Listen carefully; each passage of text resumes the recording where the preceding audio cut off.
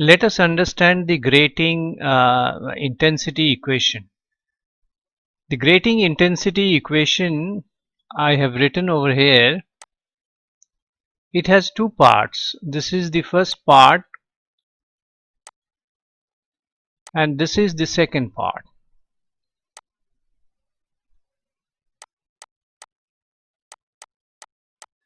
The first part is due to the diffraction due to each individual slit of the grating, while the second part is due to the interference of waves coming from all the slits of the grating. Now n is number of slits,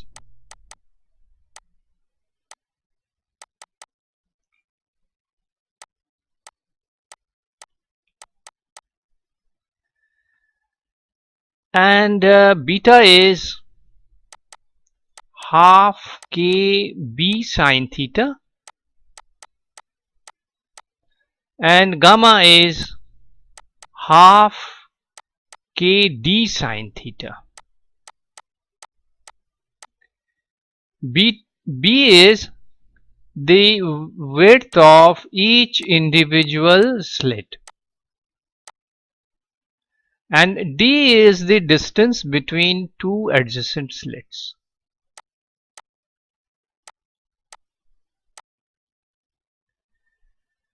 What is k? K is the wave number, is equal to 2 pi by lambda. Now in a grating where a d is much greater than b, gamma will vary more rapidly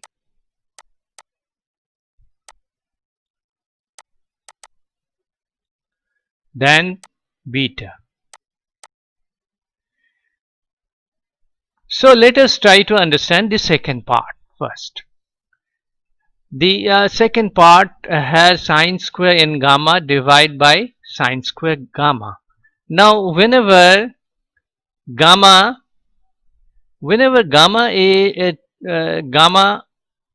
is equal to m pi, what will happen to this second part?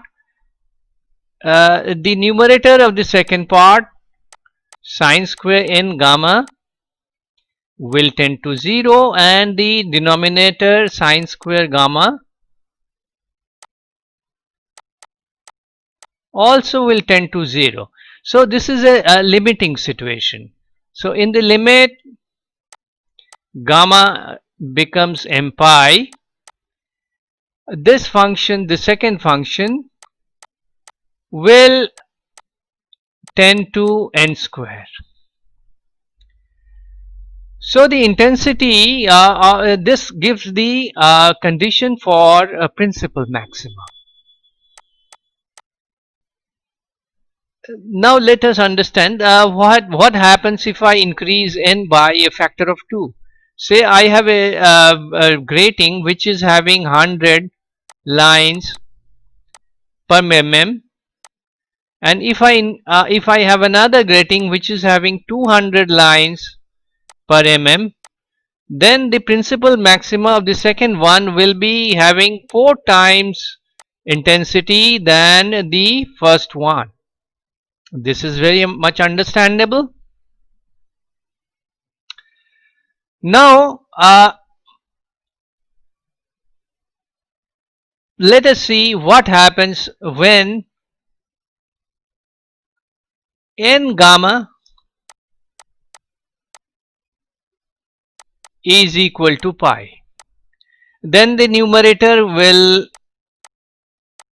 tend to 0, but denominator will not be equal to 0.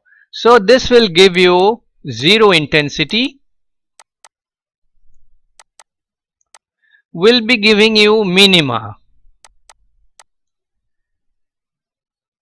So when n gamma is equal to pi, or n gamma or n gamma is equal to pi or 2 pi, 3 pi, so on till n minus 1 pi, they all be 0. But what will happen to n pi? N pi will give you maxima. So there would be n minus 1 minima between any two principal maxima. Now let us have the principal maxima equation. Let us understand the principal maxima equation. Gamma is equal to m pi. Now gamma is half k d sine theta is equal to m pi. K is 2 pi by lambda and d sine theta is equal to m pi. So this 2 cancels, and this pi cancels. So d sine theta equal to m times lambda. This is the famous grating equation.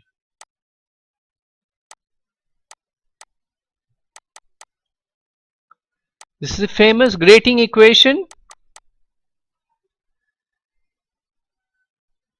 So the condition, this is the condition of the principal maxima. Now if you have a grating which is exposed to white light, and you have this grating over here. Now the white light contains so many wavelengths. Let us have two wavelengths, lambda 1 and lambda 2. So for lambda 1, the equation will be d sine theta 1 is equal to m lambda 1, and for lambda 2 the equation would be d sine theta 2 for m lambda 2. So you can see that the angle at which we will get the nth order principal maxima will be different for the two wavelengths lambda 1 and lambda 2. So what will happen if I have a white light?